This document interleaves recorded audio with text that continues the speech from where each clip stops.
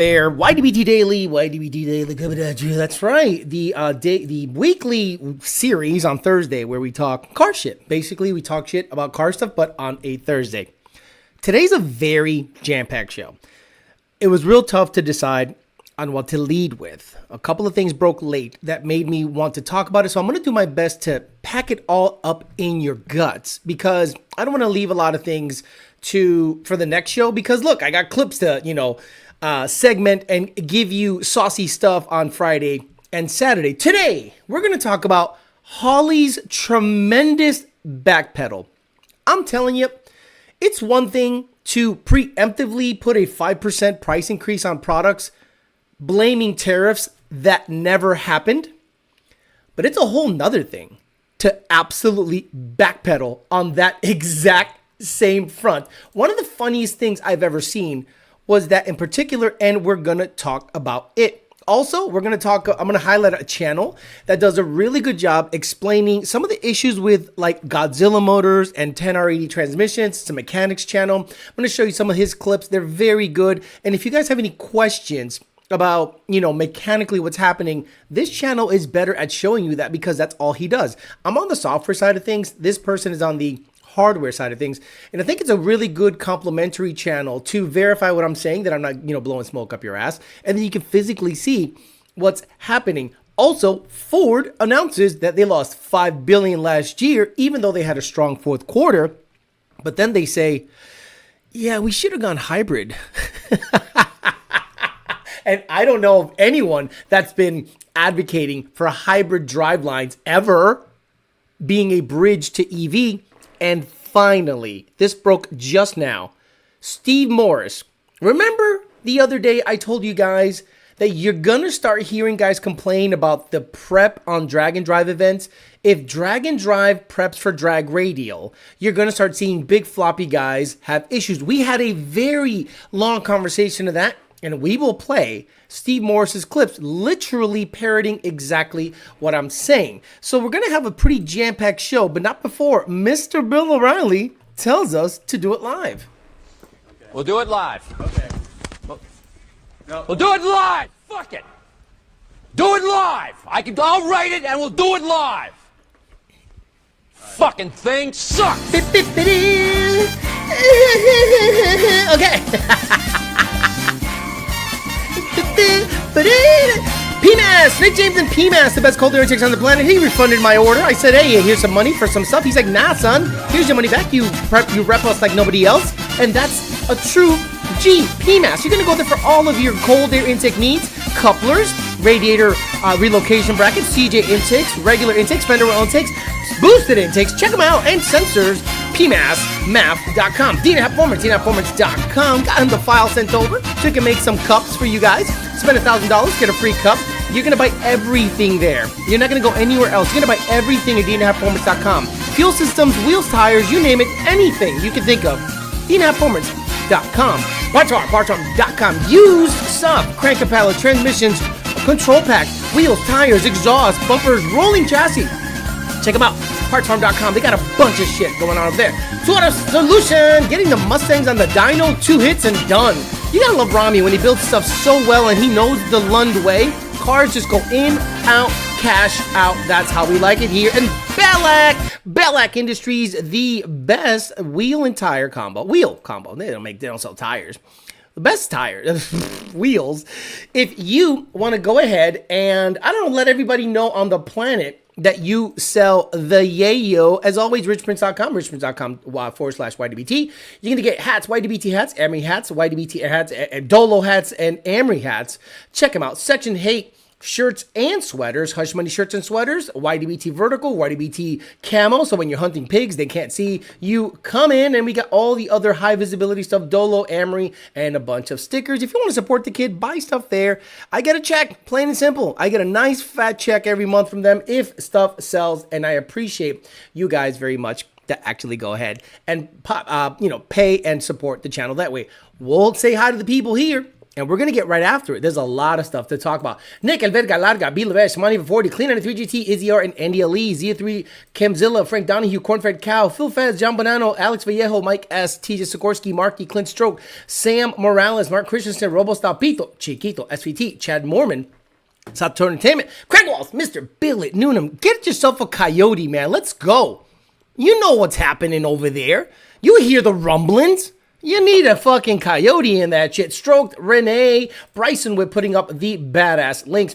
JD Swag, Darian, ACFU grad, Blue Thunder, John Jones, Toxic 03, Ricardo, Steven, Materio, Nardi Mercado, Mr. Truck Driver himself, Steve Marrero a bunch of times, Mustang Dennis, Michael Locks, the other Evan Smith, if it's 10 or 80, you're a non-driving motherfucker, V-Town, TC, Sean King, Eddie Vega, Peter Chow, Mr. King, Bondo Bird in the house, missing third as we speak, Harley Jet Sled, Joshua Ramos, Baker says hello, NSL Alex, Mr. Whipple, Ian Oz, Big L, Built Boosted, Joshua, and all the usual suspects. Guys, thank you so much for being super awesome. I appreciate you very much. Let's get right after it. So, if you guys remember, on Tuesday, we talked about this. I harped on Holley saying, hey, those tariffs that Trump's... Let's read it again to remind the people. Dear valued customer, you and your business are important to us. We always want to provide you the best products and solutions at the right value to support your success and help serve the automotive enthusiasts that depend on you. Due to the recent announcement of tariffs impacting Mexico, they never impacted Mexico. Canada, they never impacted Canada. China, he hasn't done it yet. Along with the ongoing inflationary pressures, we will be adjusting the MAP pricing policy of our product range by approximately 5% across the board. We need to really have some reading comprehension here, because there's a lot of people defending Holley that apparently they don't know how to read. I know how to read. When somebody says across the board, that means every single product. MAP pricing of our product range by approximately 5% across the board. So because I have higher reading comprehension than most, I assume, well, that means every single motherfucker, right? Like across the board. Imagine if I was to say, everyone's getting a raise across the board, and then I only give a raise to management. You're gonna go, wait a minute, you said across the board. Oh, I didn't expand on that. I meant across the board to management. You don't get that? No, because we take you at face value based on what you said. So that was Tuesday. 2 days later, listen to the shit that they put out there, and BJ Krafasi of Instagram brought it up to me. Today, dear valued customer, we are placing the previously communicated pricing announcement on hold due to the dynamic macroeconomic and geopolitical environment, including delays in tariffs actions related to Mexico and Canada. Why didn't you mention China? We have no specific plans to increase prices all at this time. Due to ongoing inflationary pressures, we'll continue to monitor the situation and make necessary decisions to invest in our partners, brands, and products. We are proud to source and manufacture the majority of components in the USA and stay committed to... I don't get that. Holley, we are proud to source and manufacture the majority. I know how to fucking read. Of our components in the USA and stay committed to providing timely. So why were you proposing tariffs over here when Mexico, Canada, and China, right here, 5% across the board, but for whatever reason, you were like, oh no, we make most of our product in the USA. If you made most of your product in the USA, the tariffs wouldn't affect you, right? Also, as previously communicated, we have improved 2025 pricing and increased the competitiveness of numerous products across our portfolio, as well as improved margins for our distribution partners in several key product categories. This is people pissed off making a company change. I don't give a fuck about Holley. I don't own any Holley products. But imagine you did. Imagine all you did was that. Then you get that email. So you're like, oh shit, they're going to go up 5%. Should we go up 5%? And then you go up 5%. And they go, oh, sorry. We were just kidding about that. Because people actually started reading and going, hey, you might want to kind of give us a bit of a heads up on that, because the tariffs have not taken effect yet. When Trump announced the tariffs, Everyone backed the fuck down. Initially, they started a mini trade war, but Trump's like, look here, motherfucker. You're going to do this. You're going to put troops on your border. You're going to stop the flow of fentanyl. If not, we're going to put tariffs on your shit because this is about saving American lives, not taxing Canada just cause.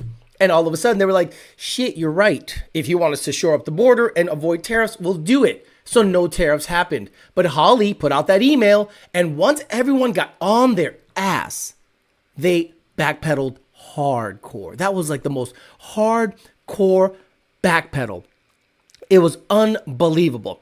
So all of a sudden, people started going, oh, well, people that defend Holley were like, oh, come on, guys. You guys just don't read into it so much.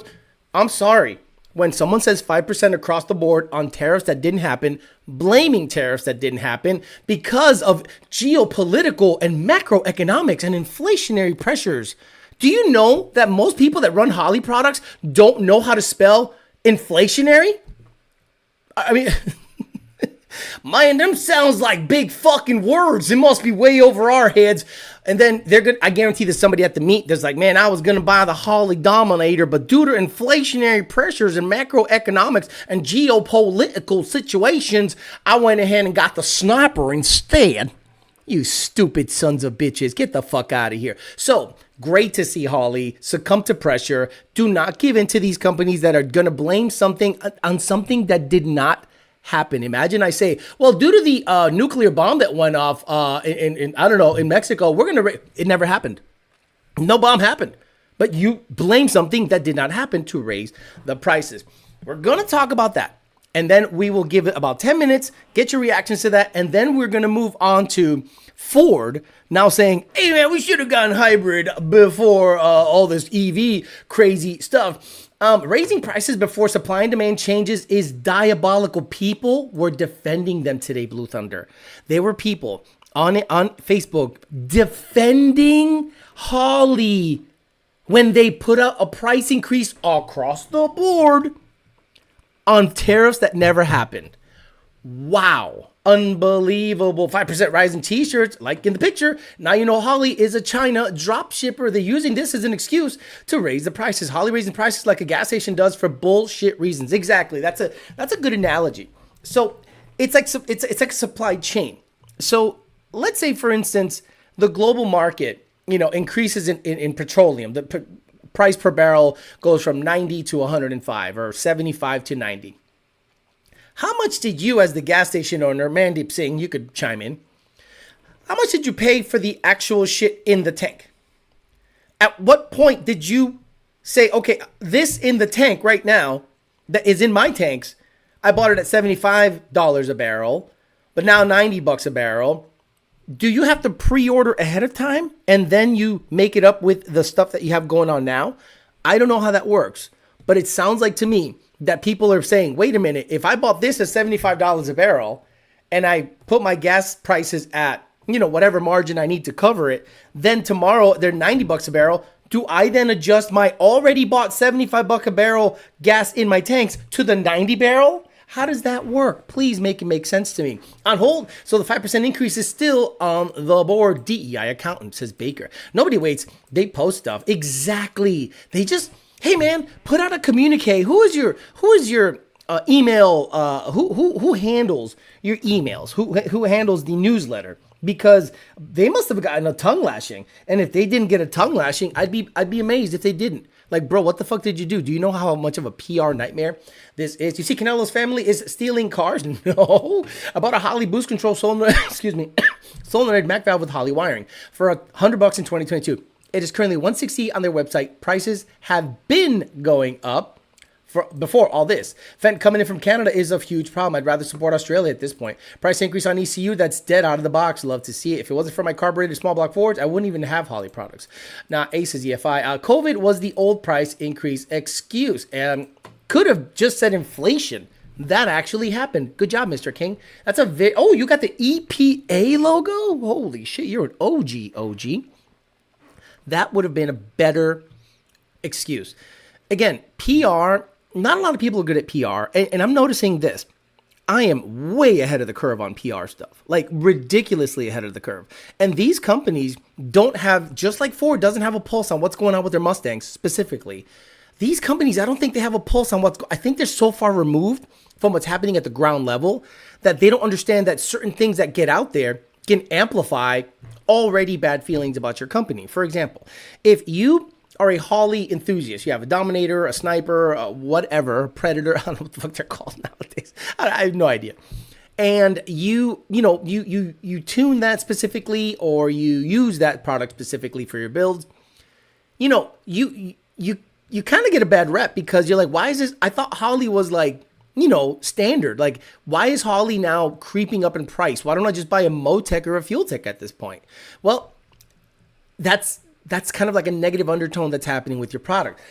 So if you go out there, put out an email before a tariff takes place, and then backpedal 2 days later, the PR damage that does to you is pretty sizable. So if you're a defender of that product, you're having a tough time. You're having a real tough time. You're like, shit, you should have just stayed quiet. Now I only run your products. People are already mad about the price. They think that a Holley is more of a standard blue collar guy's deal. And then you find out that they're just poking you in the butt with prices. Doesn't matter. Alex, why do you think the so-called economists think the tariffs will backfire and cause overall prices on goods to increase? Because they don't understand how tariffs work. Okay, it's real simple. Let's say there's 2 beers, right? USA beer, Canada beer. Tariffs go on Canada. This beer, this Canada beer, now is more expensive than the USA beer. Then you're going to go, well, I'm not going to buy the Canada beer for that because they actually trickle down the tariffs. They could do 2 things. The Canadian manufacturer or producer of whatever product can eat the cost and not trickle it down to the customer, or they can trickle it down to the customer. So now you have Canadian goods that are imported to the United States. They have tariffs on them. They're more expensive. So it is all made to buy USA stuff. So now if Canada goes, how can we get around this tariff? Because this needs to be sold in the US. It is the biggest market in the world. Well, Trump goes, bring a bottling plant to the USA. Build a bottling plant here. And you can get around the tariffs if they're hurting you that bad. So the fear-mongering about tariffs are for the uneducated. Because people go, what about my strawberries? What about your strawberries? Anything that's made where it is tariffed, aka taxed, buy USA stuff. Oh, it's too expensive. USA stuff's too expensive. Well, what if the Canadian stuff is too expensive? What if the whiskey? What if the car part? What if the whatever sensor is too expensive? Buy the USA one. People that get scared about tariffs don't understand tariffs, and people that advocate for globalism, they'll use the lack of knowledge about how tariffs work to the normies to scare the normies. Kind of like USA spending. Oh, that USA stuff is unreal. Holley is a sub-company of Raytheon. You know, that giant weapons manufacturer that's owned by the government. Yes, we went around the EPA stuff. Head games. What did I miss? I love the little video teaser that you have coming up about. I'm not going to mention it, but I'm going to let the audience know that he is comparing a certain 2-cylinder head that were rumored to be very identical, and he goes in and debunks that. Good for him. When I worked at a station during Obama, we were making 10 cents a profit a gallon. 100% just increases your margin on a gas for a while. Most gas stations don't even mess with the fuel that is based on local markets. Saludos, tíos. Almost got the EPA emblem. Says, Danny Bill, you've been here that long, Danny Bill? Shout out to you. God damn, I love that. I love that. Exxon Devil Doll became as a member for 5 months. ¿Qué pasó? Tío, desde el puro pinche 956 a la verga. Cuz shout out to the puro pinche 956 a la verga. Puro pinche 956 a la verga. Cuz. Oh man, that awful what I'm drinking. Have a sniper on my El Camino. Might go back to Proform or Ace EFI. Would Holley buy $50,000 in condoms? If you're not a news junkie like apparently a lot of you guys are, I might do a political show because I'm getting into it. And obviously I'm not going to make it here. If I do a political thing, it'd be on the side.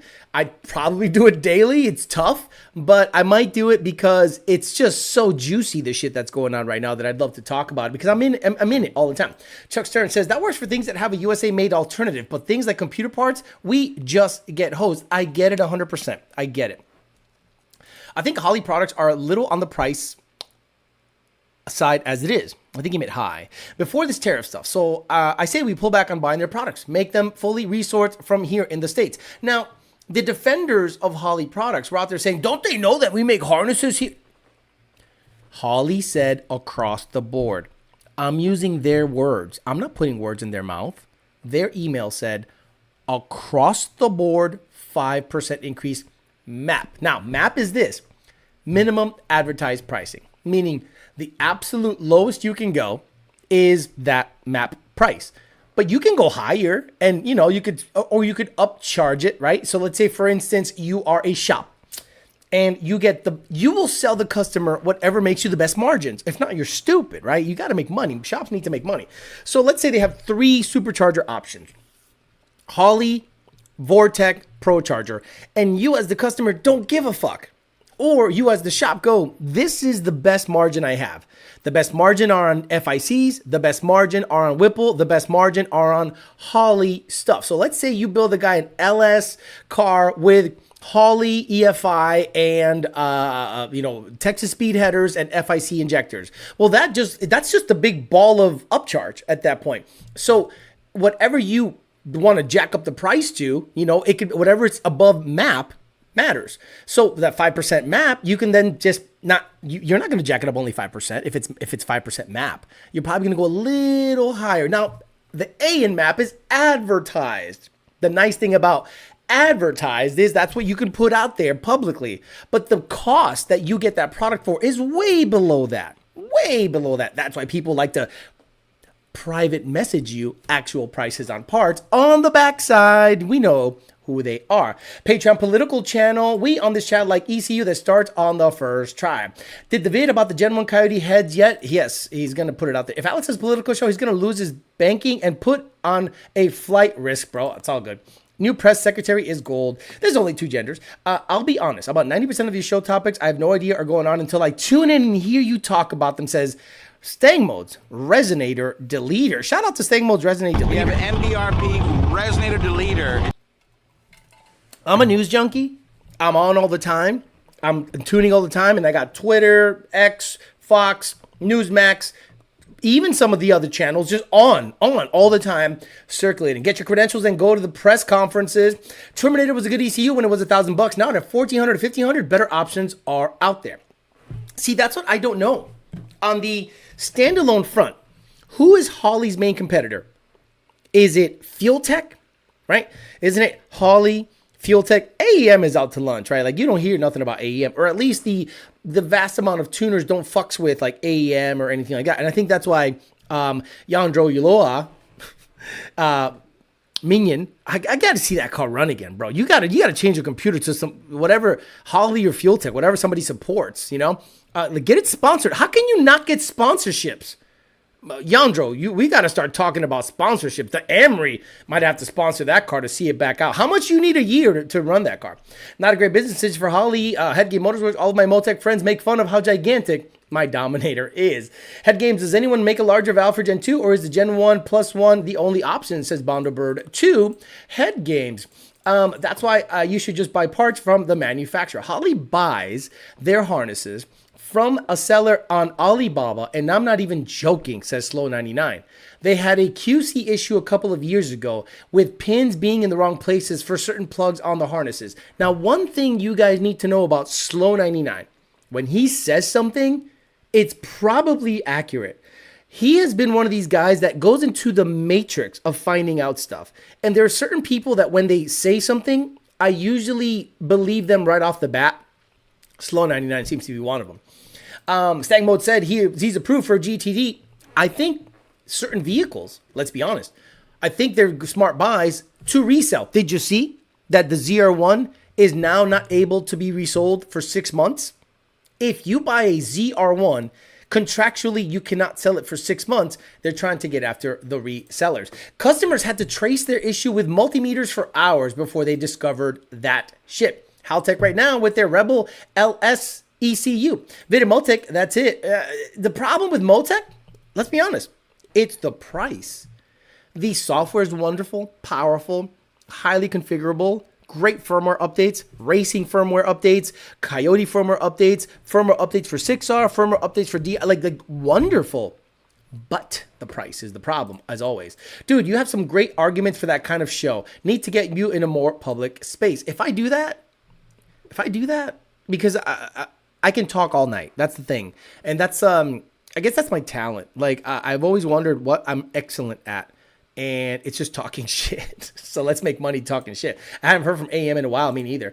Haltech Rebel LS has a built-in PDM, a very well-built harness and good software at the same price. Yeah, if there's a competitor to Holley that rivals it price-wise and the parts are good, it's good shit. AM was good, but Holley bought them for EV, ECU, and they closed the rest. Just imagine up here, we in the north, we pay a minimum of 45% more. No Holley for me, Theo, says the other Evan Smith. AM got bought out by Holley. Got it. Alex, what do you think about your GT500 running 60 to 130? I'm going to be honest with you guys. Don't expect a lot from that GT500 in terms of 60 to 130 on the street.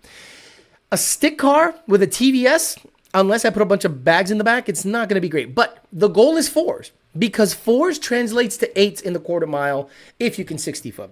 Zach and Ty's Mustang was slaying it. The wheelie was wild, made me want to find a Gen 1. I told you that Gen 1 is going to make people like, damn, that thing kept up. And Gen 1s are cheap. And based on Head Games' video, that a ported set of Gen 1 heads are as good, if not better, than a 350 head. Ooh, stock 350 head. Gen 1 heads are going to be a nice commodity. And Head Games, if I start sending you Gen 1 heads and you all of a sudden get pallets of Gen 1 heads, thank the boy. Appreciate the confidence, says Slow99. Absolutely. Only 6 months? I thought it would be a year. No, 6 months, they said. All custom firmware. That's what makes Motec badass. Alex on a news report format with a wig spinning politics. No. It's not going to be that kind of thing. It'll be just this. It'll be like, basically, I'll be honest, it'll be like Timcast IRL or Timcast, where I just talk about subject matter. But this is the difference between this chat and other. I am interactive. You guys are the show.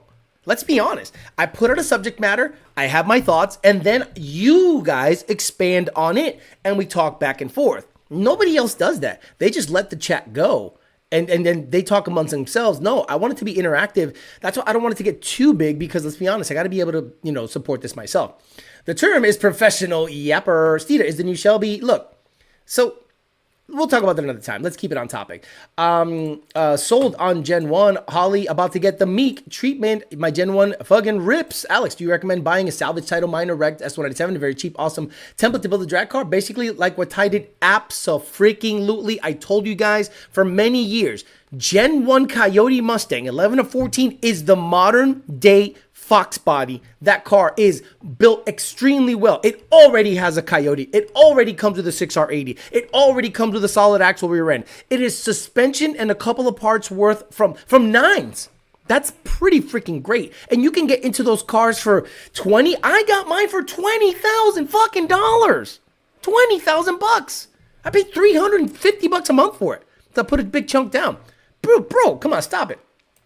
Gen 1 Boss, we have 2 heads, CNC from the factory, aren't they? Yes, they are. But there's a controversy about those heads and Gen 2 heads. Alex going to get a skate park and chickens. No, he's going to move out of where he's at, Tim, because just dealing with them is difficult. Head Gains has my Gen 2 heads. I gave you a shout out when I talked to him. Guys, if you're going to send cylinder heads anywhere to get ported, this show cosigns on Head Games shit. This is why I've been following the show since my teens. How old are you? You are the most interactive person on YouTube and other platforms, period. The parts from Get Any Gen 1s, I think they do. Check their inventory. Go on their Instagram. They seem to update their inventory all the time. Your talent and info all the way you interact makes the channel #1. Hate people that ignore the chat. It's like, what's the point of running a chat? Whatever happened to Edelbrock and Quadrajet? Stop it. And Luger Brazil says, it's the last Mustang, died in 2014. Been a while since I tapped in. Hold all as well, LS710R. And Sean King and Luger Brazil says, now it's the Fusion GT. Okay, so we're going to move on and talk about, it's kind of like Groundhog Day every time I talk about Ford losing money. So last year, Ford EV's losses hit billions in 2024 is the worst yet to come as Ford's EV division bleed cash. A slew of new tariffs could make things even worse. Why is that? They make their shit in Mexico. You understand? You understand why I'm not fucking with Ford? They make most of their shit in Mexico. Ford closed 2024 with a staggering losses from its electric vehicle business, shedding $5.1 billion, an increase from $4.7 billion loss in 2023. And 2025 doesn't look much better either, with the company forecasting $5.5 billion in losses despite the EV unit's bleak financials. CEO Jim Farley says, "Take my ass, Elon Musk." No, he doesn't say that. Ford is becoming fundamentally stronger company. You know, I'm one of these psychopaths that if you were to tell me, hey, in 2023 we lost 4.7, 2024 we lost 5.1, and we're going to lose 5.5, but we're a fundamentally stronger company, I would give you the Canelo treatment at the next board meeting. Hey, get the fuck out of here because I'm gonna fuck you out right now, motherfucker. Could you imagine some guy saying, hey, we're gonna lose $400 million more this year, but we're better off. Ford managed to beat Wall Street's expectations for the fourth quarter in 2024, posting $48.2 billion in revenue, up to $2 billion year over year. Gains over its gas-powered vehicles helped offset net losses from an unprofitable EV business. I repeat, unprofitable EV business. In total, Ford generated $185 billion in revenue for the year, its highest ever, but the EV segment Model E lost approximately 37,000 on every vehicle sold. Oh my God. According to Ford, these losses were driven by pricing pressures and a 35% drop in revenue from its Model E division, which is facing increased competition from rival automakers. Tariffs. President Donald Trump threats to impose 25% tariffs on imports from Mexico and Canada could further inflate the cost for Ford, which builds its popular Mach-E in Mexico. Jim Farley acknowledged that a few weeks of tariffs would be manageable, but prolonged trade restrictions could lead to a huge impact on our industry, with billions of dollars in industry profits wiped out and adverse. What profit if you lost 5.5? What? This is fuzzy math. Let's get to the brass tacks. Final thoughts. Because we've been advocating for hybrid drives here for very long. We don't fucks with it. You have to have a bridge. You can't go right to EV. Now that there's a Tesla. Tesla makes EVs. They make the best EVs. They have a Model 3, Model S, Model X, a Y, and a Cybertruck. They have everything covered. You can't fuck with them. Despite ongoing challenges, Ford is betting on a mix of hybrid and extended range EVs to stabilize its losses. Given the growing affinity amongst American drivers for mixed powertrain vehicles, that approach might just work. But Ford has a long way to go. The coming year will be a crucial test whether the Ford EV can turn its EV business around or if losses will continue to pile up. So, just like we've been saying here for a very long time, you need hybrid vehicles. Now, we hyper concentrate on Mustang because that's really what we fuck with here. We don't want to go off into the weeds and do all this other dumb shit and talk about, little cars and edges and, we're Mustang people here. But let's not mince words. You cannot go from gas, which you've been doing for 120 years. 100 years. And in 3 or 4 years, think you can make an EV as good as a company that only makes EVs. So you were betting on the fact that people like Ford so much that they're willing to buy an inferior vehicle that is EV because it has a Ford name, and then you slapped Lightning on it, you slapped Mustang on it. And people go, oh, okay, let me buy a Mustang. And it's an SUV. Nobody thinks it's a Mustang.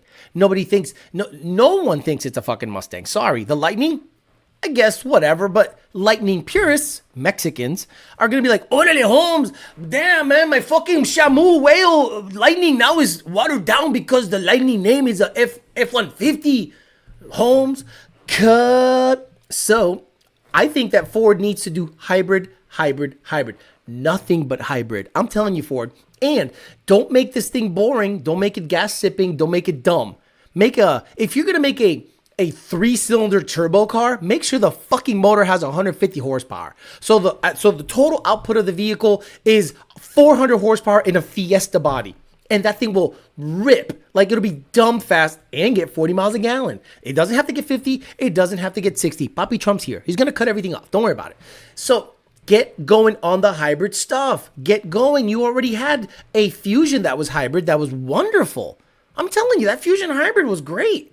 You know, it did its job. It was just an ugly, boring looking vehicle. But if you can make a performance oriented hybrid, I'm telling you, that's a winner. And no, not a plug-in hybrid. Make it so that the car is constantly charging the battery. A la the E-Ray, a la every other hybrid there is. Don't make this plug-in bullshit where the battery drains over time and then you rely on the gas. No, it has to charge.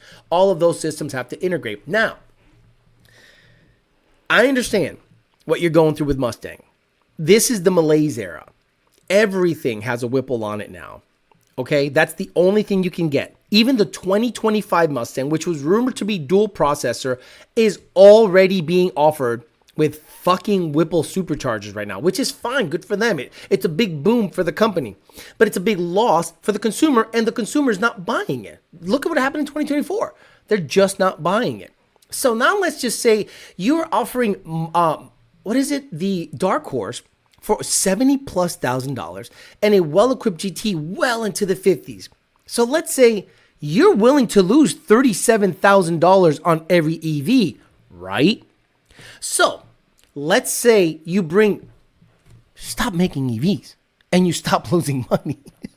Like if I sold a product that lost $37,000 each time I sold it, I would stop selling it and have instant savings. Crazy thought, right?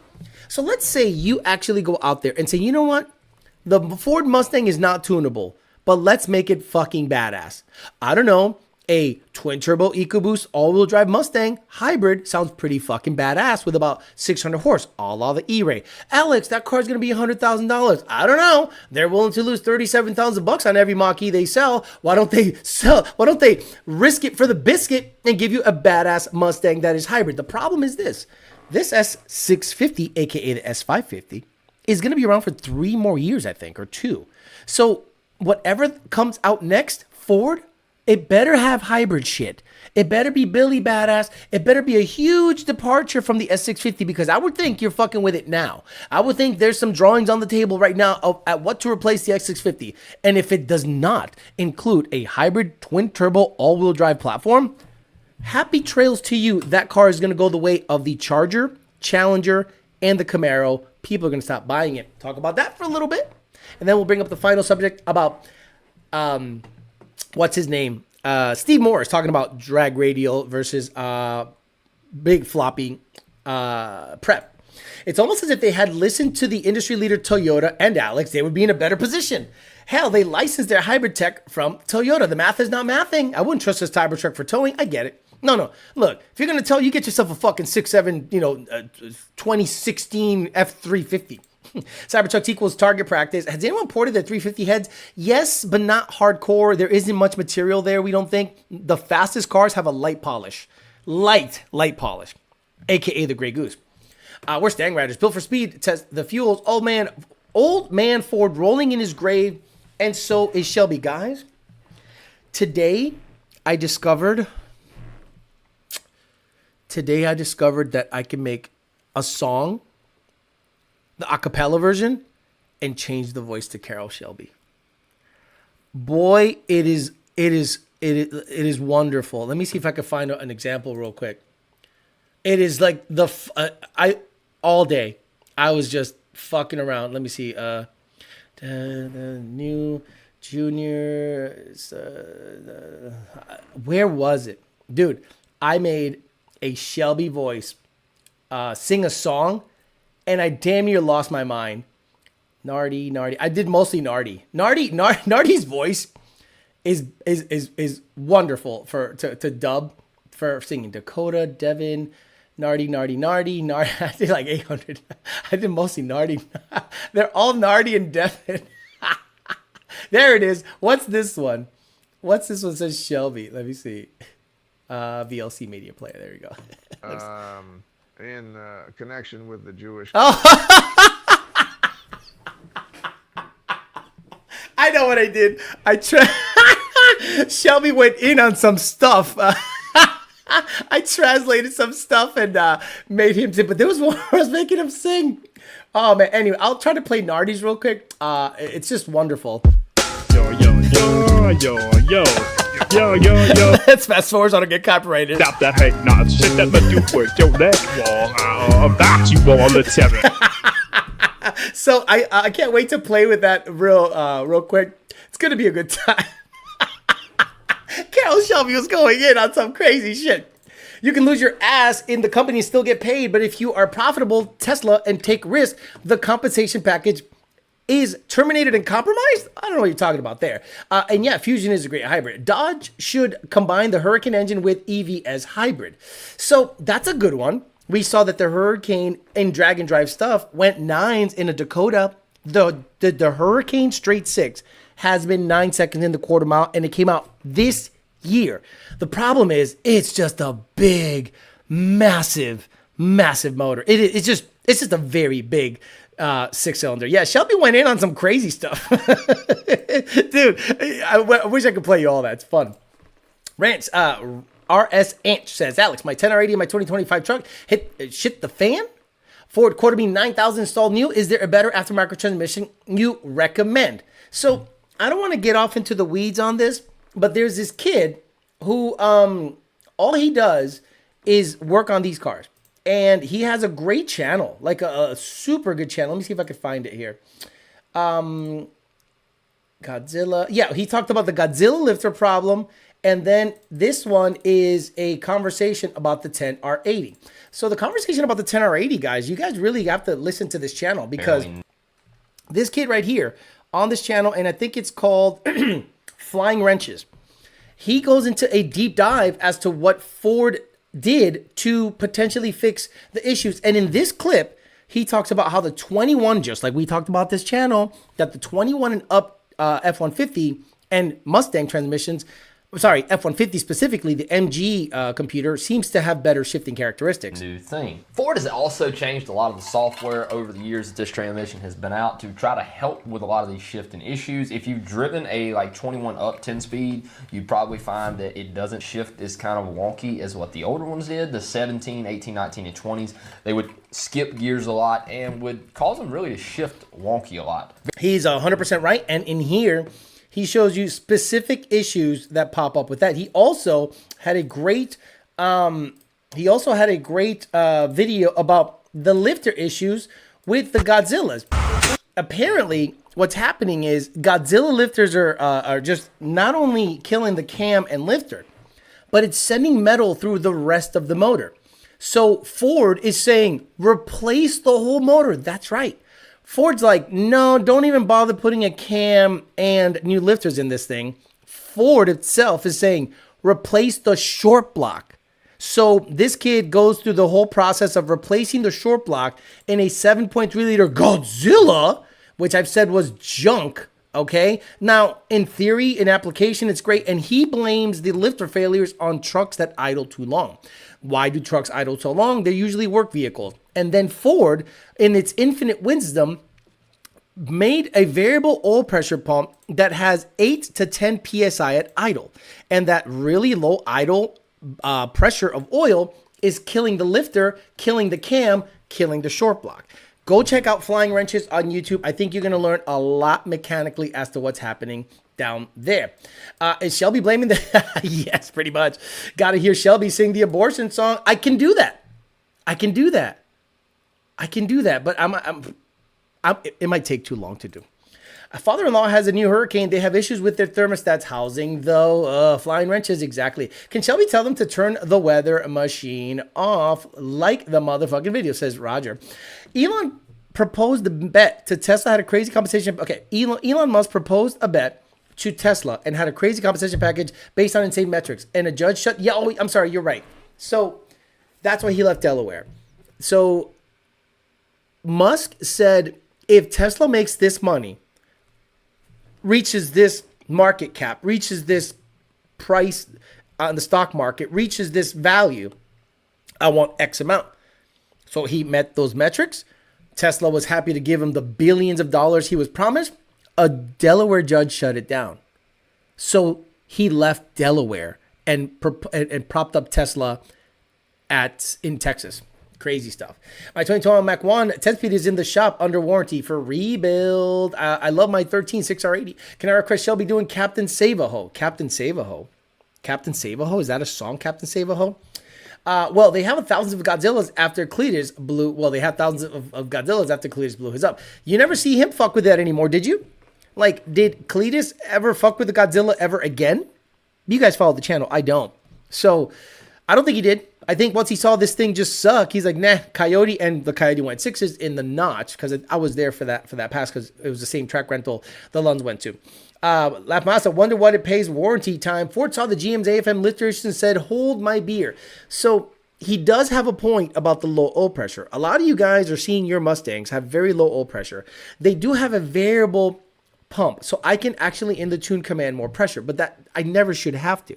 Your car should be idling at 20 psi at least, and that should be plenty. Again, the lifters aren't affected on Coyotes as much as a push rod. But Ford, in its infinite wisdom, decided to make the oil pressure under 10 psi on a push rod deal, and trucks that idle forever, low oil pressure, like just constantly low.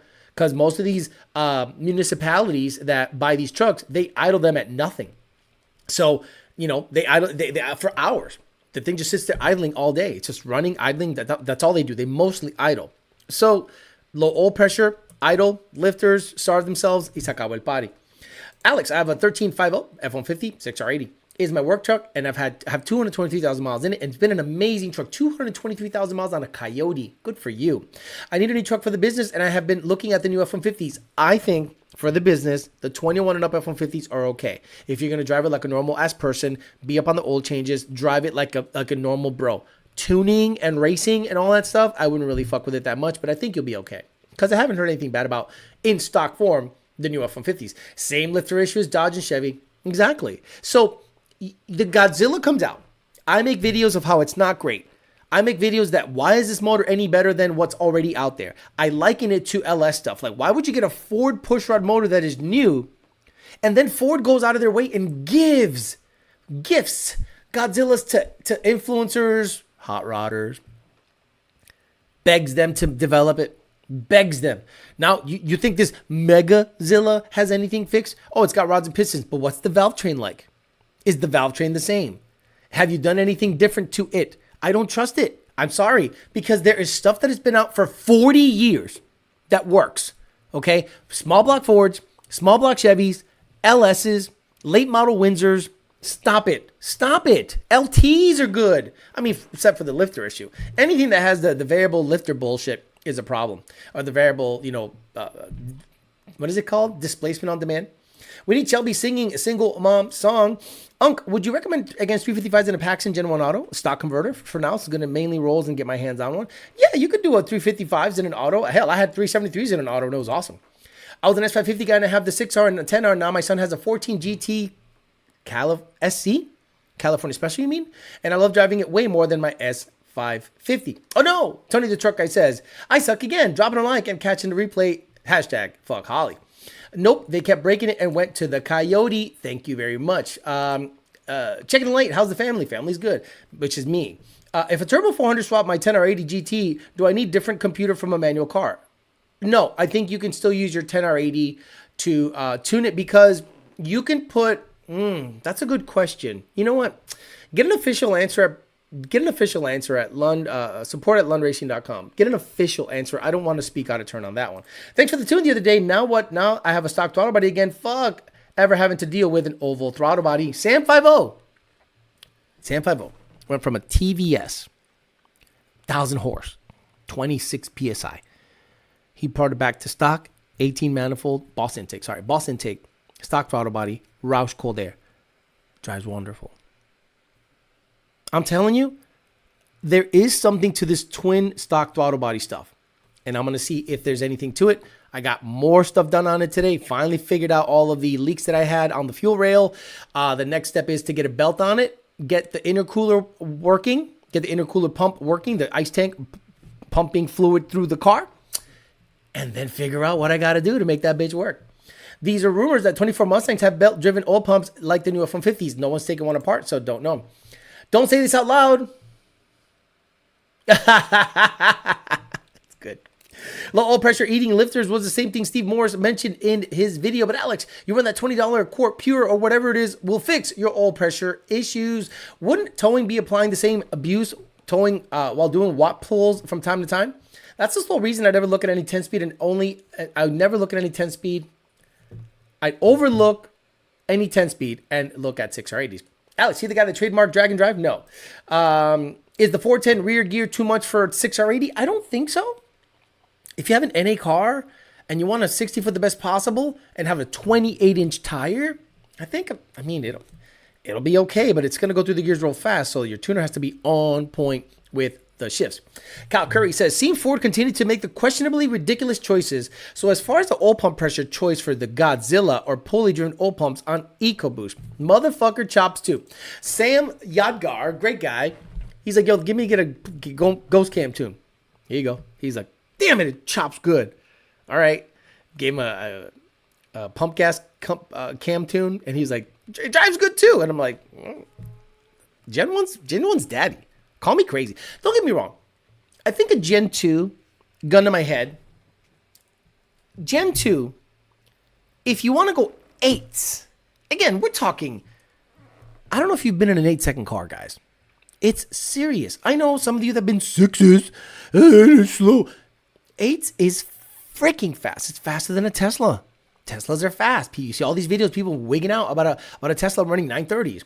But an 8-second Mustang is serious. So if you want to build like an 8-second Mustang and not have to touch the motor, okay, Gen 2. And you're going to spend the money on the axles. You're going to spend money this and that. And, it'll make 900 once or twice. Don't live at 900. And you could go 8s in it. Could, once or twice. Then, of course, you're going to start stressing stuff out with more and more races. And, you're going to have to build stuff. But let's say you want to go 1020, 1030, 99 on E85. Get that Gen 1. Ty's car had a stock rear end. This is so important for you guys to know. And it did a fucking wheelie. A stock rear end, turbo with 200 IATs and a loose converter with a 50 shot. Rear end was fine. Trans was fine. Hell, I think it broke a ringland because it tried a 150 shot coupled with 250 IATs. Yeah, shit's going to go bad. But if you want to build a 9-second car, get that Gen 1 on the stock motor and live a happy life. Stop it. Will the twin throttle 2650 be for sale? I would love to see one on a 350. Yes. So, Mr. Kong, it is now called the Hot Rod Kit. The Hot Rod Kit. And if I'm doing the vetting on Gen 1 and it works out, we know what to do with Gen 2, Gen 3, Gen 2, and Gen 3 to potentially make it work. I trust twin stock throttle bodies over anything aftermarket any day. Is 8s quick or fast? It's quick. He was on an 18-inch wheel too and stock fronts. I just ordered a Paxton 2200 14 GT Auto fuel system with a BAP. LU47s be okay for 550 or 600 real horsepower. What? Just ordered a yes. Oh, 550. Yes. I don't know about 600, Mr. Whipple. Auto? 600 auto is a lot. Because the transmission soaks up more of the power. So 600 wheel horsepower through LU47s, it's going to be tough. So you might be limited in RPM. Let me guess. No info on the 24s, none. 3.8 Whipple on top of the 5.2 FRE. How long do you think it'll last? I think the 3.8 Whipple is not good on a small motor like that. I've always thought that a 3.8 Whipple belongs in a big motor, bigger air pump. I think the 3.0 is better, but on a GT 500, the 3.8s seem to do pretty well. I'm just not a big fan. And Phil Fez giving me 10 doll hairs. Let's talk about what we talked about before. Remember about a week ago, or right when the drag and drive stuff ended, I said, look, a lot of these big floppy guys are going to get a little mad about the fact that the track has radial prep. But because of 70% of the people that attend drag and drive events come with the drag radial, well, guess what?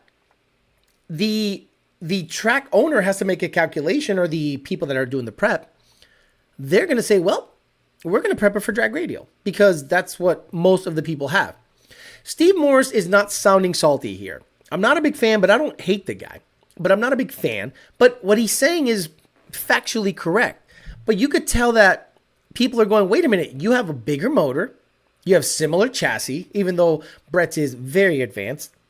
Not that Steve's isn't. And Steve just literally makes more power. So people are asking Steve, I don't get it. How the fuck did you lose to Brett's car? You got more car. And he goes into explaining it. And, I wanted to show you guys because I think he's right. So take a listen. Hopefully he won't copyright my shit. He actually makes a lot of sense here. Now, what is the deal with that? This is a matter of tire prep. So if you hear people talking about prepping the tires, prepping the track for certain tires. Now, if this radial tire was the best tire and the fastest tire there was, why isn't this small? I'm not talking a radial. I'm just talking, why is this tire, like what Brett uses or any other radial guy, the top 4 guys in the class were radial tires. I was a big tire car, okay? Why wouldn't Pro Mod use this tire? Why is there a Pro Mod race going on, or the All Stars race is going on right now with Top Fuel cars, Top Funny cars, Pro Mod cars, and Pro Stock cars, and they have unlimited money. They can do anything they want. If this was better, why wouldn't they run it? It's just thought, okay? I'm going to jump in here. And so when he says Pro Mod, that means the actual regulations that Pro Mod run. They run a floppy. But let's not get it twisted. RVW runs a radial. And RVW runs quicker than Pro Mod.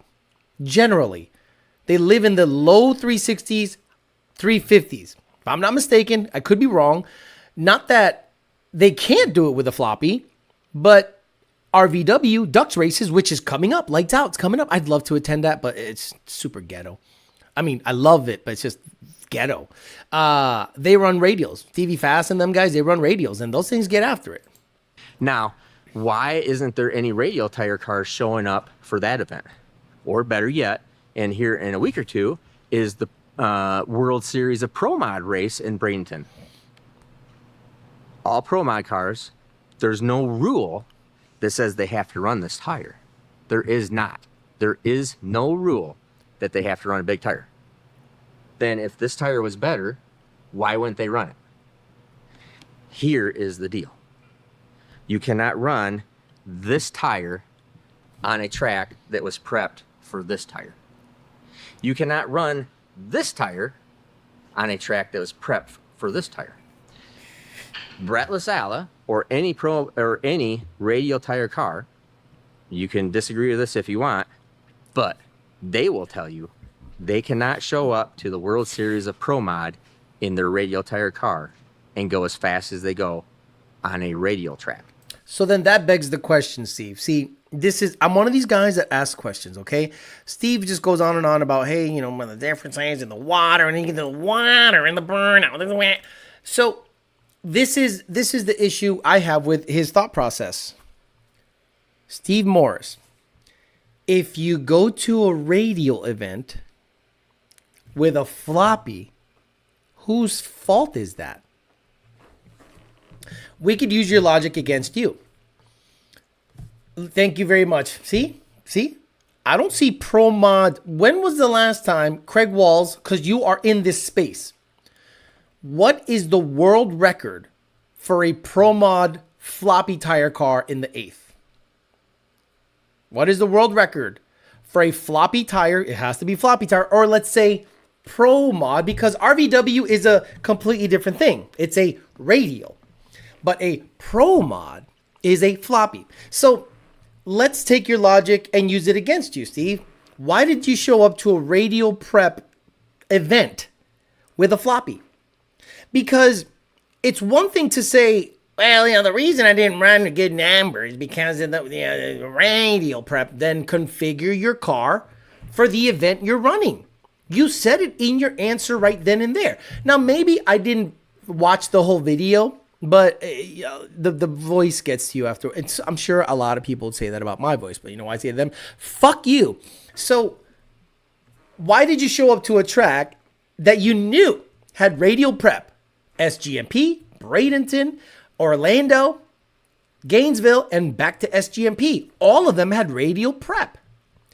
And you showed up with a big floppy.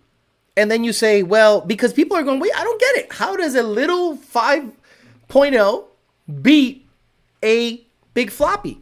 Well, Brett went 6.0. As far as I know, I don't think Steve Morse has gone sub 630 or sub 640 ever. I might be off. Anyone here that might know, please tell me. I don't know. Has Steve Morse in any prep ever in history run a sub 640 in the quarter and a 3 in the eighth? Brett has run 390 in the eighth. So that begs the question, Steve. And you're right. You can't run a floppy on a radial prep and you can't run a radial on a floppy prep. So why don't you run a radial on radial prep? Crazy how it works out when you flip it on that. And this is the thing. So for those of you that don't know, this is RVW. So Radial versus the World cars are literally the same exact Pro Mod car, with a drag radial. Pro Mod is the name of the class. But look at this. This is in Orlando, okay? Orlando Speed World. There's Stevie Fast. There's a big fucking drag radial on it. Oh, boy, this thing must be in 4K. Jesus Christ, this thing is killing my bit rate. Let's go back.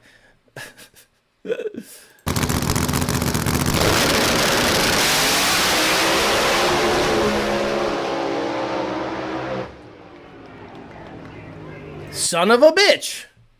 Somehow, a radial car on radial prep that also competes in Pro Mod got down the track at 358 on radial prep. So that's the problem that I mentioned was going to happen when people started asking the question like, hey, how the hell did Brett LaSala beat you? You got a better car. Well, at the end of the day, if you're running on a radial prep track, take your own advice. If it's not your forte, make it your forte. What is your forte? What is Steve Morse known for? Building big motors, SMXs, LSs, running his car on drag and drive. If all drag and drive vents for the foreseeable future are drag radial, put drag radials, test, and son of a bitch, you might find that it goes A to B better and more stable with a drag radial. As of January 24, the Pro Mod 8th mile record is 3:45 seconds. That's fast. At 2:33. This record was set by Todd Moyer. Okay, I stand corrected. That is fast. Because Head Games says because that prep isn't his forte, he comes from Pro Stock Dart. Figure it out. Find a drag radial guy. You do mostly drag and drives. So bring a drag radial guy in, scale your shit, reconfigure your shit for drag radial, and live in a drag radial class. Because you're basically saying that your selection of tire was incorrect for the event. I agree. So make the right tire selection and reconfigure the car for that. Right? You didn't watch Steve's whole video? Fuck no. Did he say anything? Craig Wall says, I'm going to tell you all right now. He's absolutely wrong. You can run a big slick tire on a tight track. You have to tune for it. Plain and simple. Craig Walls. You know why I know you're right? World Cup. Brett LaSala. Thank you. You and I are brothers from another mother. Brett LaSala raced a big floppy car on the same track, and he got beat by a little bit. Let's remind the people. WCF final World Cup Extreme final. World Cup Extreme final. World Cup to the Extreme recap 2024. Okay. Is it Extreme or is it World Cup 2024? Okay. Yeah, Look at this. 3 months ago. Look at this. En la sala. In the living room. Because La Sala is the living room. Look at this. Brett LaSala has a drag radio car. This other car is a big floppy. And they raced on the same track. Next left side, American Muscle on the right, K-Series power on the left. Neither driver going to the full stage lights just yet, ladies and gentlemen. Let them hear you down there on the starting line. Who will stage first? Neither driver blinking. We got a staging duel in the final. LaSala's in. Santiago's in. Lights are down. Race time advantage goes to Brett LaSala. They're side by side in the quarter mile. Win like to Derek Santiago. Look at that. Same track, same conditions. Slick versus Radial, and they both got down the track. Ain't that some shit? So Craig Walls, because you are a racer and I'm not, and I don't care, I'm going to agree with you on this one. Because we just showed you a car beating Brett LaSala on the same track, same day, same conditions. So I don't know, Steve's. Is it salt? Is it salt? I don't know. And according to Craig, how's World Cup so successful running slick and radios on the same track? He's the racer. I'm not. Not gonna lie, until watching you, I never realized how many people don't do fuel systems or want to remain on pump gas all the time to be fast subjectively with their own blower or turbo setup. Now, when he raced moldy Brett car, driver and car setup over track conditions, he could just admit Brett is on top of his game. Jason will prep the lane for each car. I don't know. That's kind of fast. Living room, it's a K series of all things. That's one wild K. Correct me if I'm wrong, but the guy wins is the one who best adapted to the conditions of racing. I agree. So not every drag radio car got down. If you look at the drag and drive event on Freedom Plus, I think, clears this shit. A lot of the drag radio cars spun. A lot. But then you have a legitimate chassis vetted. They cut a 1060 foot at SGMP. Nothing against SGMP. But when Bradenton is working and when Orlando is working. Hell, when I saw clips of the Gainesville track, I'm like, that is an underrated track. Like, the tower is beautiful. The grandstands are beautiful and they're shaded. There's trees on the other side. The parking is massive. I'm like, why don't people go to that track more? It's just in the middle of nowhere, apparently. Don't confuse Todd Moyer's 345 run. That was outlaw trim. No weight rules in place to balance the field. That radial record was at weight, says Blue Oval. He beat him with a 4-cylinder. Yeah, 150 pounds of boost. Steve Morris did say on the video that Brett LaSala is faster than him and he's trying to get as fast as Brett LaSala. But you got to understand, though, I think he comes from a bit, he's salty, I think. Because Brett LaSala races a lot. I think that's all he does. I mean, obviously he works for Motion or Rife or something. But, you know, I think it's the combination of things. Steve does everything himself. And the motor, built the motor, turbos, you know, everything. Tunes it himself. And he must be like, what do I got to do to keep up with that? Well, your answer might be outside of your island. I'm not stupid. I'm dumb. But not stupid. I know that I couldn't make certain parts work. So I reached out to the people that did and had a second set of eyes. And they could look at my setup and go, I think you should do this and this and that. And then you have a team. So in my most humble of opinions, as a fan and nobody that doesn't race and doesn't have, let's get that out of the way. I don't have a fast car. Shut up. I'm seeing you struggle at every track, and the drag radial cars struggle less at those tracks. If your main forte is drag and drive, sick week, you might want to configure the car for drag radio. Call me crazy. Parker, what's up, brother? Hello, hola, Amory and chat. You might be hearing a lot more from Parker pretty soon. Just buy an $8,000 built car for drag and drive. MMR is the best quote on their hoodies on this exact topic. Don't judge an engine by its size. Dropping off likes, and I'll catch a replay at 3 a.m. Gainesville is in the middle of nowhere, exactly. All that R&D on SME. Know your limits. Michael Locke says, Miller Brothers does a hybrid prep and puts down so much gold dust on both radio and slick work. But he slap changes some of the prep depending on the class and what is running majority of the rounds. Okay, I stand corrected. But drag and drive doesn't do that. So I understand both sides of the argument. If Craig Walls is saying, how does World Cup work? Well, I don't, call me crazy. I don't see him go slick on this side, drag radial on this side. I've seen the Warriors classes where starlets destroy the track with their slick, and then right behind it, a drag radial car comes up and it goes. So I don't know about that. Steve needs a new motor. Alex going to be on the front of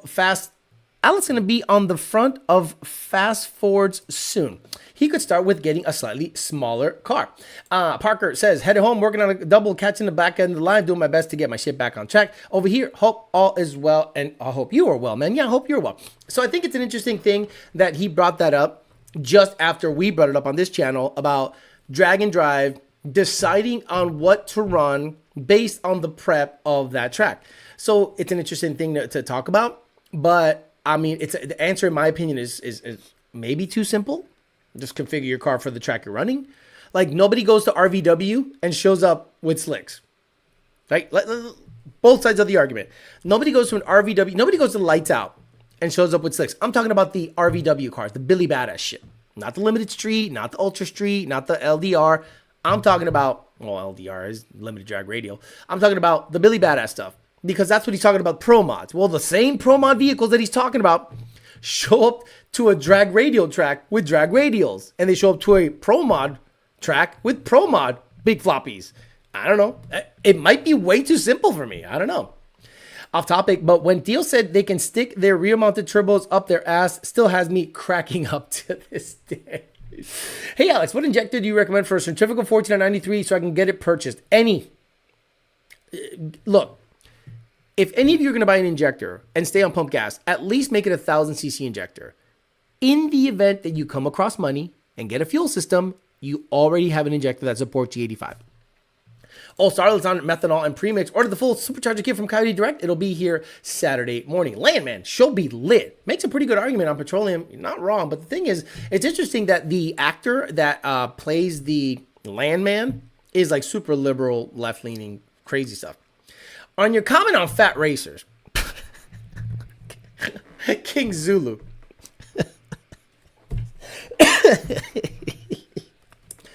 I'm getting into racing this season. Colorado area. I'm 250 and currently on a 566 back squat sitting at 250. I'm considered to be fit ones since I gym. Okay, King Zulu.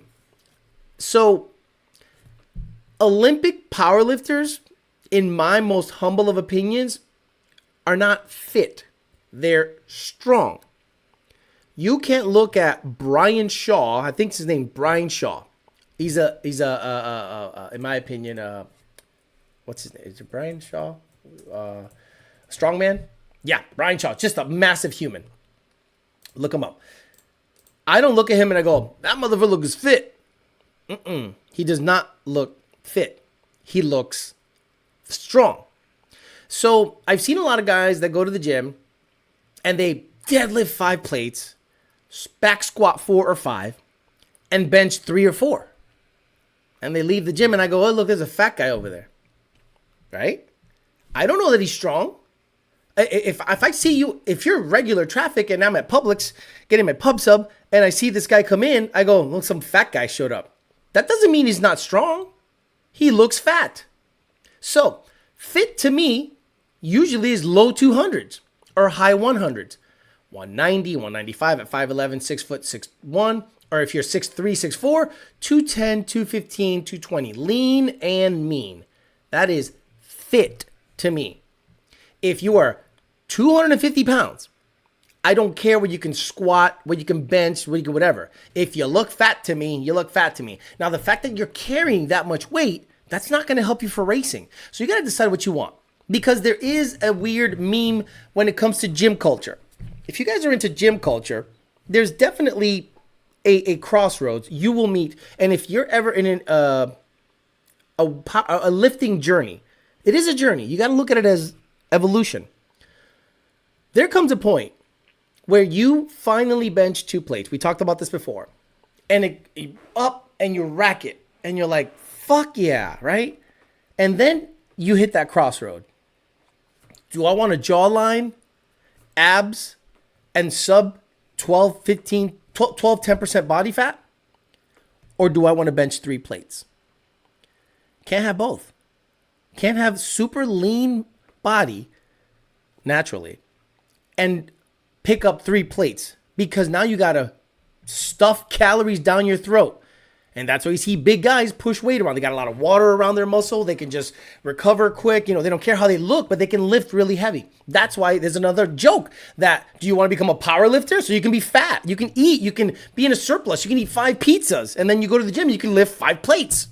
So it's fit and heavy lifting, in my opinion, don't go hand in hand. Michael Locke says no preps across the board, but depending on which group of cars he's running, he will trailer the block cars in the group. Okay. He's going to add more power and have a tougher time getting it down the track. That's why he has to prep between sub groups. They don't just run it all at the same prep. Okay.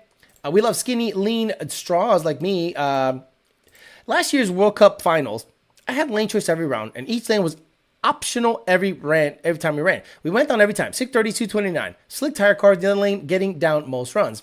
For some reason, who has ever had a fast car like myself that would get bored of a 9.9 quarter mile car? I would get bored of a 9.9 quarter mile car. My Fairmont was boring, and it ran 9.6, 9.7 when it had a 3.5 upper pulley. Blue Thunder, I'm 250 and don't feel fit. Trying to get baby closer, B-A-B-I, closer to my out of school 190, and I'm only 5'8". I just finally tapped in 189.9 this morning. I was fat, 230, 22%, pulled 410, squatted 405, bench 315. See? Big guys can lift a lot of weight. So fit and weightlifter doesn't mean the same thing. Tone fit, not jack strong. But Alex, I can rest 4 plates on my beer belly. Now I'm just fat, says a Bondo Bird. Yeah, I'd rather look good than be crazy strong. Bodybuilding versus powerlifting, exactly. Now, I did a mini bulk. I got up to 229 again, but I was down to 217. So now that the summer might March-ish, I'm going to do a little mini cut. So I'm going to try to get down to 215 again. And that's very difficult when you just lifted 3 plates from 5 and you're like, I won't see you again. So I'm going to start that cutting process now, because it takes a while. You want to do it over a period of time. Doing weight reduction off my fat ass. Should I go for King Gut or Houston a gut? Brother, I don't know. Whatever you want to do. Waterheads, icy. 100% correct, says Mustang and meatballs. Sure you can, just not naturally. That's why I said naturally. TRT enters the chat. I'm saving weight 5'10", 125, back on hitting the gym and getting healthy. But if I can't do 4 plates, but lay the pipe to my wife good, is that still cool? Look, there's many reasons you want to lose weight. One of them is your wiener looks way bigger when you cut 10 pounds off. Wiener stays the same size. No fat there. So you're like, oh, there's more dick down there. No, it's just the fat around it is less pronounced. Like them sloppy like me, I was supposed to say back. The only time Alex got bored was in the Fairmont was running the 8.7. The 8.7 in the Fairmont was scary because it's a flying potato chip. It is something else to go down the track with no roll cage, running 8s at 156, 157. And when you let off the gas, the headliner dust hits your eyes. And you're like, I'm going to die in this thing. That thing switched lanes all of a sudden down the track at SGMP. It was a 40-degree day. Just went left. I said, you can go wherever you want. I didn't try to correct. I'm like, go wherever you want, buddy. Okay. Fuck all that. What is your leg day deal? So my leg day isn't crazy. So I think deadlifts are a complete waste of time. And then when you talk to a chiropractor, he's like, there is no benefit to deadlifts, right? So the problem is, once you kind of have a tight back, you don't want to experience that pain again. So you do everything but the actions that do that. Back squats can fuck you up. So I do front squats, Zercher squats, leg presses, extensions, curls, hamstring curls, and a variation of calf raises because my calves are pretty good. And that's it. I'm not bodybuilding. I'm not looking to grow massive legs. I just want to not have skinny legs. So when I take my shirt off, you look like a lollipop, like a Dorito chip. You know what I mean? So my leg day is pretty Pretty conventional, nothing crazy. I don't go crazy on the deadlifts. Deadlifts to me is just a complete waste of time. All you do, you're looking to slip a disc. That's all you're looking to do. I'm kind of lean, kind of fit. Hot Alex, winter, spring. King Zulu, I just compete. It's just I compete often. So I also like racing. Got to pick my battles. Sad day. Got to pick. Time to grow up, butter. You can't do both. You can't be a power lifter and a racer and expect the best performance out of yourself if you weigh 250 pounds. I start my day with getting out of bed and doing 10 push-ups. Don't really have time for the gym at the moment. Bullshit. You got time. Thought the Fairmont had a bolt-in cage. It did. But it's a bolt-in cage. It's a potato chip. I hit a wall. The thing folds in my face. I'm good. How you not get kicked out for no cage? You know people. Deadlifts make voices go away. Deadlifts are absolutely just the way to hurt yourself unless you're training. I'm telling you. Deadlifts are cool to look at. Cool to lift up that much weight. And then the fucking assholes that do sumo deadlifts. So you lift the bar up 2 inches. I'm like, get out of my face with that. Get out of my face with sumo deadlifts. Hyperextensions for lower back issues. Exactly. Losing weight, getting older. Sucks. Exactly. Have had back issues all my life. Oddly enough, bodyweight deadlifts has helped bring back strength back tremendously. Helped out. I like stiff-legged deadlifts with lower weight. Got a pretty good pump. I'm good. Just the movement, I think, fucks me up.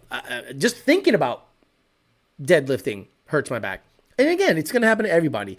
Look, I worked in a field where a lot of heavy lifting was required. When you're a millwright or you're in a trade, you're in odd spaces, you're lifting things weird. So that's just wear and tear over time. And I only did it for 10 years or 11 years, right? I only did it for 11 years. Those 11 years, every day I was driving somewhere, eating shitty food, lifting heavy stuff, eating shitty food on the way back. Like 10 years, 11 years of that, it just wears you down. And I looked at everyone else that was around me, my peers, and I'm like, I don't want to end up like these fat motherfuckers. Look at them. They're missing digits. They're ugly. They look like shit. They're all divorced.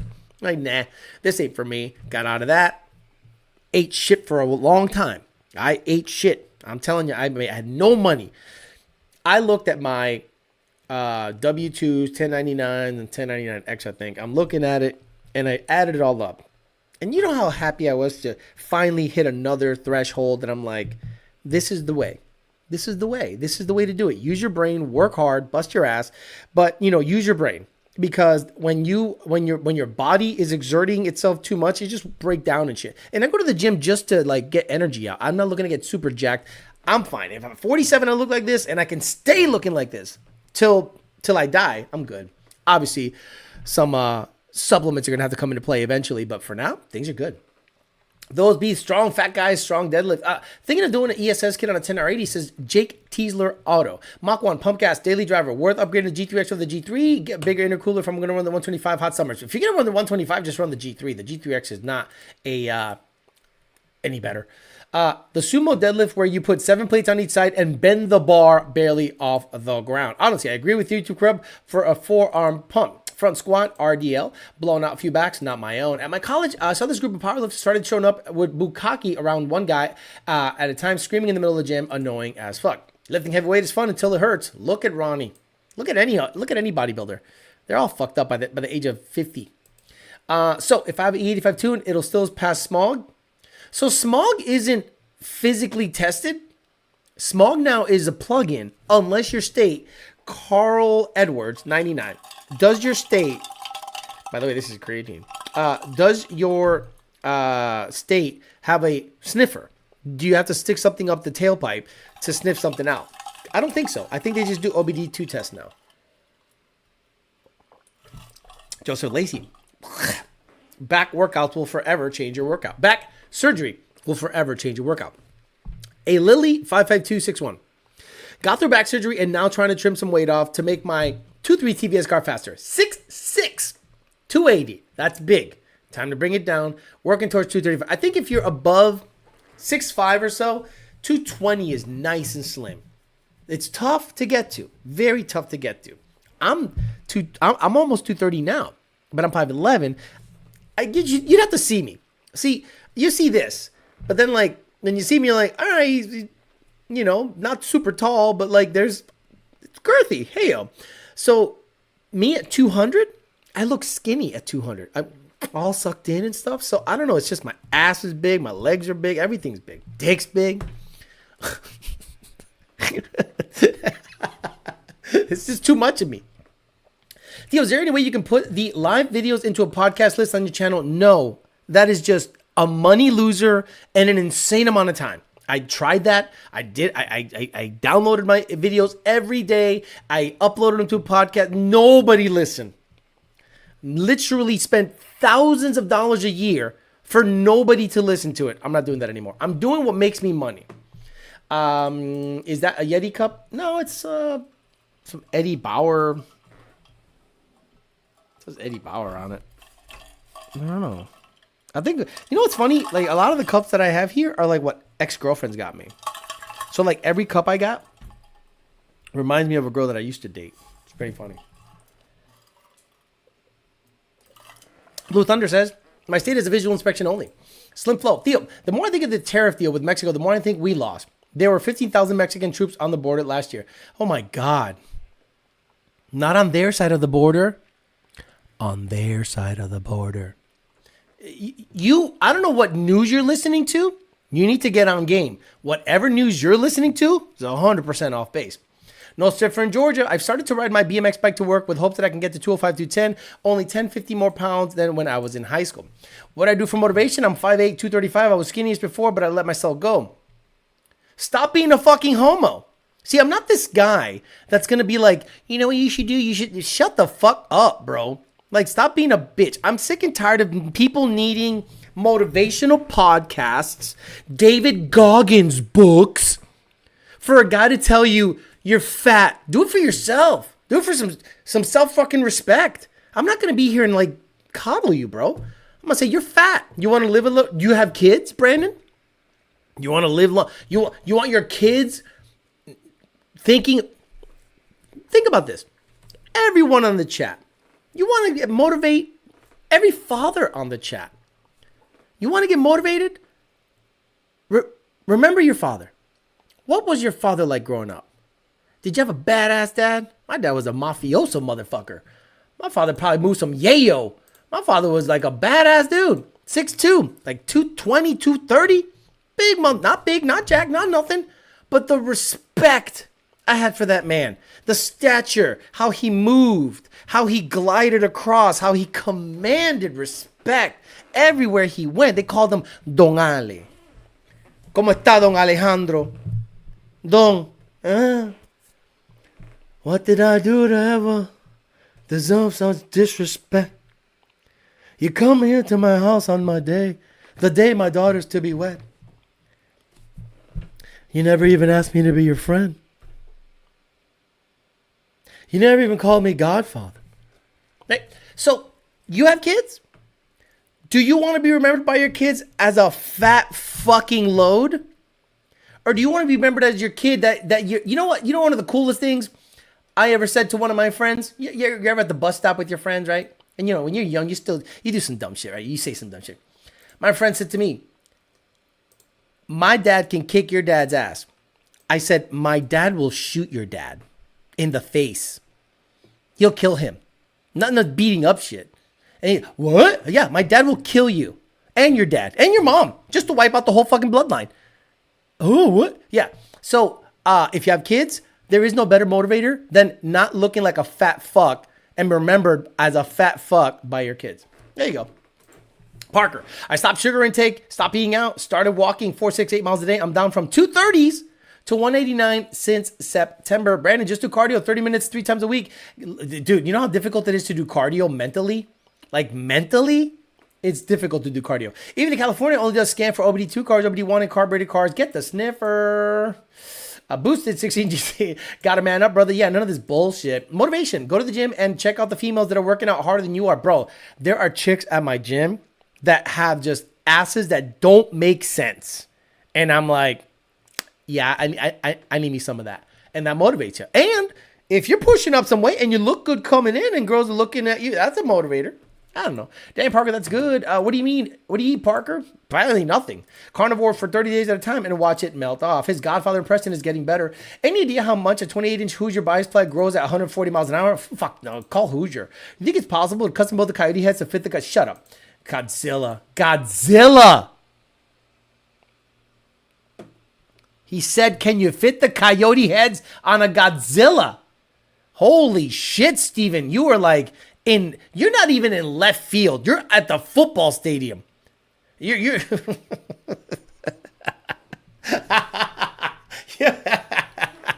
Bro, you're not even in the fucking ballpark. Stop it. Oh man, my girl and I watched Godfather 1, 2, and for the first time, badass shit. You've watched Godfather for the first time? That should be like on every man's like to watch list. For the weekend, 350 Charger or Hellcat 350 because the Hellcat is gonna end up getting stolen. You ask the down grows off yet? No, I follow her on Instagram though. Sorry, did cross country all high school and a masochist love cardio? Just do 15-minute. Fuck all that shit. All right, guys, I'm gonna get out of here. Great show today. We had a show talking about how Holley did a massive backpedal on their 5% increases on tariffs that never happened. And you had people defending Holley on it. Absolutely mind-blowing to watch how Holley had to backpedal after saying, we're going to do 5% across the board. And tariffs never happened. And they blamed the tariffs for the 5% increase. And they went back and backpedaled on all that shit. Ford losing $5 billion last year on EVs. And they're like, you know what we're going to do after we lose $5 billion last year? We're going to lose $5.5 billion this year, and you're going to like it. And now they're saying, maybe we should have done hybrid shit. Then we finished off with Brett LaSala running a drag radial and Steve Morris saying, well, you know, they run a drag radial on the drag radial track, so I showed up with a big floppy to a radial track, and that's why I didn't get down. You could just run a drag radial. I'm out of here. Have a good rest of your week. I'm going to be back on Sunday morning for Peasant Chat Sunday morning. Talk some shit then. See what happens. Let's see if Holley, like, all of a sudden he sends another email like, so about that shit, like, we're gonna jack up prices 35%, and you're gonna see the ball lickers. Oh, good job, Holley. You're the best in the business. Unbelievable what happens out there. Have a good rest of your night. I'll see you guys on Sunday morning for Peasant Chat, and we'll talk then.